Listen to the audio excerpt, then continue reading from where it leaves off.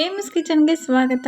ಇವತ್ತು ತುಂಬಾ ಸುಲಭವಾಗಿ ಪರ್ಪು ಮಾಡ್ತಾ ಇದ್ದೀವಿ. ನಾವು ನಮ್ಮ ಕಡೆ ಪರ್ಪು ಅಂತ ಕರಿತೀವಿ. ಎಲ್ಲರೂ ಕೂಡ ಇದಕ್ಕಿದ ಬೇಳೆ ಸಾಂಬಾರ್ ಅಂತಲೂ ಕೂಡ ಕರೀತಾರೆ. ತುಂಬ ಚೆನ್ನಾಗಿರುತ್ತೆ. ಸೀಸನ್ ಕೂಡ ಶುರುವಾಗಿದೆ. ಚಳಿಗಾಲದಲ್ಲಿ ಹೆಚ್ಚು ಮಾಡುವಂತಹ ಸಾಂಬಾರ್ ಅವರೆಕಾಳನ್ನ ಸುಲಿದು ಚಿಲಿಕ್ಸಿ ಮಾಡುವಂತಹ ಸಾಂಬಾರ್. ಜಾಸ್ತಿ ಬೆಳ್ಳಗಿರೋ ಕಾಳಿದ್ರೆ ತುಂಬಾ ಚೆನ್ನಾಗಿರುತ್ತೆ ಟೇಸ್ಟ್. ಒಂದು ಆಲೂಗೆಡ್ಡೆ ಮುಳುಗಾಯಿ ಹಾಕಿದ್ರಂತೂ ಸಾಂಬಾರ್ ಸೂಪರ್ ಇದು. ನೆಕ್ಸ್ಟ್ ಇಲ್ಲಿ ಏನೇನು ಬೇಕು ಅಂತ ನೋಡೋಣ ಬನ್ನಿ. ನಾನಿಲ್ಲಿ ಕಾಯಿ ತಗೊಂಡಿದ್ದೀನಿ, ಅರ್ಧ ಕಪ್ ಇದೆ. ಇಲ್ಲಿ ಒಂದೇ ಒಂದು ಟೊಮೊಟೊ ಹಣ್ಣು, ಅದನ್ನು ಕೂಡ ಕಟ್ ಮಾಡಿ ತಗೊಂಡಿದ್ದೀನಿ. ನೆಕ್ಸ್ಟ್ ಇಲ್ಲಿ ಒಂದು ಈರುಳ್ಳಿಯನ್ನು ತಗೊತಾ ಇದ್ದೀನಿ. ಈರುಳ್ಳಿ ಒಂದು ಪೂರ್ತಿ ನಾನು ಗ್ರೈಂಡ್ ಮಾಡೋಕ್ಕೆ ಹಾಕೊತಾ ಇಲ್ಲ. ಅರ್ಧ ಈರುಳ್ಳಿ ಮಾತ್ರ ನಾನು ಒಗ್ಗರಣೆಗೆ ತೆಗೆದಿಟ್ಕೊಂಡಿನಿ. ಅರ್ಧ ಈರುಳ್ಳಿ ಮಾತ್ರ ನಾನು ಗ್ರೈಂಡ್ ಮಾಡೋಕ್ಕೆ ಹಾಕೊತಾ ಇದ್ದೀನಿ. ನೆಕ್ಸ್ಟ್ ಇಲ್ಲಿ ಬೆಳ್ಳುಳ್ಳಿ ತೊಗೊತಾ ಇದ್ದೀನಿ. 2 ಸಣ್ಣ ಗೆಡ್ಡೆಯಷ್ಟು ಬೆಳ್ಳುಳ್ಳಿ, ಅದರಲ್ಲಿ ಒಂದು 5 ಎಸ್ಳನ್ನ ನಾನು ಒಗ್ಗರಣೆಗೆ ತೆಗೆದಿಟ್ಕೊಂಡು ಹಾಕೊತಾ ಇದ್ದೀನಿ. ನೆಕ್ಸ್ಟ್ ಇಲ್ಲಿ ಒಂದು ಸ್ವಲ್ಪ ಶುಂಠಿ ಮತ್ತು ಸ್ವಲ್ಪ ಕೊತ್ತಂಬರಿ ಸೊಪ್ಪನ್ನು ಕೂಡ ಇಟ್ಕೊಂಡಿದ್ದೀನಿ. ಇಲ್ಲಿ ಬೇಳೆ ಸಾಂಬಾರು ಪುಡಿಯನ್ನು ಉಪಯೋಗಿಸ್ತಾ ಇದ್ದೀನಿ. ಇದನ್ನೇ ಉಪಯೋಗಿಸ್ಬೇಕು, ತುಂಬ ಚೆನ್ನಾಗಿ ಬರುತ್ತೆ ಸಾಂಬಾರು. ಇಲ್ಲಿ 2.5 ಸ್ಪೂನಿನಷ್ಟು ಹಾಕೊತಾ ಇದ್ದೀನಿ. ಮತ್ತು ಸಾಂಬಾರು ಗಟ್ಟಿಯಾಗಿ ಬರೋದಕ್ಕೆ ಕಡಲೆ ಕೂಡ ಹಾಕೊತಾ ಇದ್ದೀನಿ.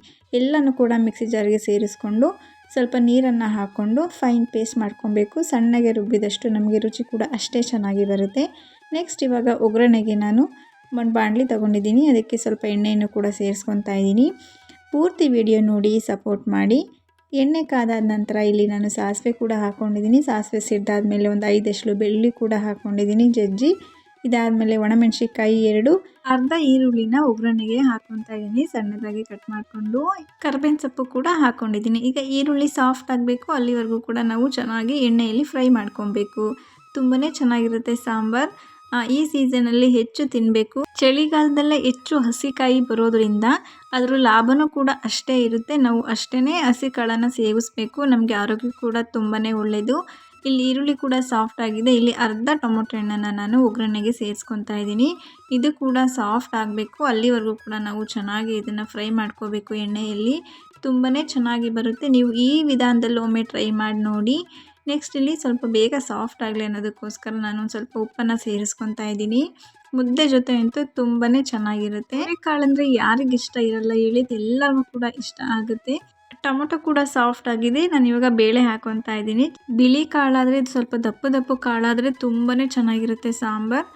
ಈ ಸಾಂಬಾರು ಮಾಡಿದಾಗ ಇಡ್ಲಿ ದೋಸೆ ಕೂಡ ತುಂಬ ಚೆನ್ನಾಗಿರುತ್ತೆ ಕಾಂಬಿನೇಷನ್.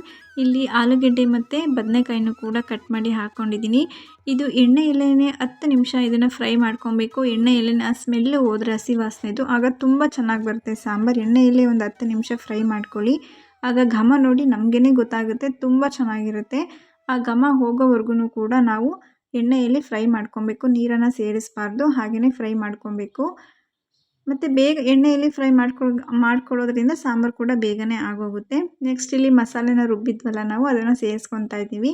ಈ ಸಾಂಬಾರು ಜಾಸ್ತಿ ನಾವು ತೆಳ್ಳಗೆ ಮಾಡ್ಕೊಬಾರ್ದು, ಸ್ವಲ್ಪ ಗಟ್ಟಿಯಾಗಿರಬೇಕು, ತೀರಾ ಗಟ್ಟಿಯಾಗಿರಬಾರ್ದು. ನೆಕ್ಸ್ಟ್ ಇವಾಗ ಮಸಾಲೆನ ಎಣ್ಣೆಯಲ್ಲೇ 1 ನಿಮಿಷ ಹಾಗೆಯೇ ಕೈ ಆಡಿಸ್ಕೊಂಡು 1 ನಿಮಿಷ ಹಾಗೆಯೇ ಬಿಟ್ಬಿಡಿ ಅಷ್ಟೇ. ಈ ಮಸಾಲ ಘಮ್ ಅಂತ ಇದೆ. ಅತಿಯಾಗಿ ಮಸಾಲ ಹಾಕಿದ್ರೂ ಕೂಡ ಸಾಂಬಾರು ಚೆನ್ನಾಗಿರಲ್ಲ. ಚಕ್ಕೆ ಲವಂಗ ಇವೇನೂ ಕೂಡ ಹಾಕಬೇಡಿ.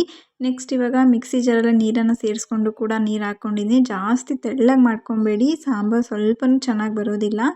ಇಡ್ಲಿಗಾಗಲಿ ದೋಸೆಗಾಗಲಿ ಅದಕ್ಕೂ ಕೂಡ ನಾವು ಹಾಕ್ಕೊಂಡು ತಿನ್ಬೋದು, ಅಷ್ಟು ಚೆನ್ನಾಗಿರುತ್ತೆ ಸಾಂಬಾರು. ನೀವು ಕೂಡ ಖಂಡಿತ ಈ ವಿಧಾನದಲ್ಲಿ ಟ್ರೈ ಮಾಡಿ ನೋಡಿ. ನಾವು ಇದನ್ನು ಕುಕ್ಕರಲ್ಲಿ ಹಾಕಿ ಮಾಡ್ಕೊಬಾರ್ದು. ನೆಕ್ಸ್ಟ್ ಇಲ್ಲಿ 1 ಸ್ಪೂನಿನಷ್ಟು ಉಪ್ಪನ್ನು ಸೇರಿಸ್ಕೊತಾ ಇದ್ದೀನಿ. ನೀವು ಕೊನೆಯಲ್ಲಿ ಉಪ್ಪನ್ನು ಹಾಕ್ಕೊಂಡು ನೋಡಿಕೊಂಡು ಹಾಕ್ಕೊಳ್ಳಿ.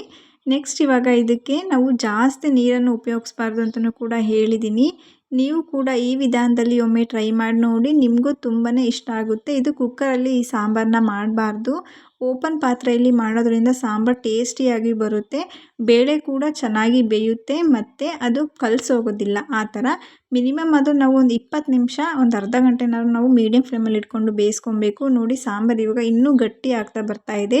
ಅದಕ್ಕೆ ನಾನು ನೀರನ್ನು ಸೇರಿಸ್ಕೊತಾ ಇದ್ದೀನಿ, ಜಾಸ್ತಿ ಗಟ್ಟಿ ಆಗಬಾರ್ದು ಅಂತ.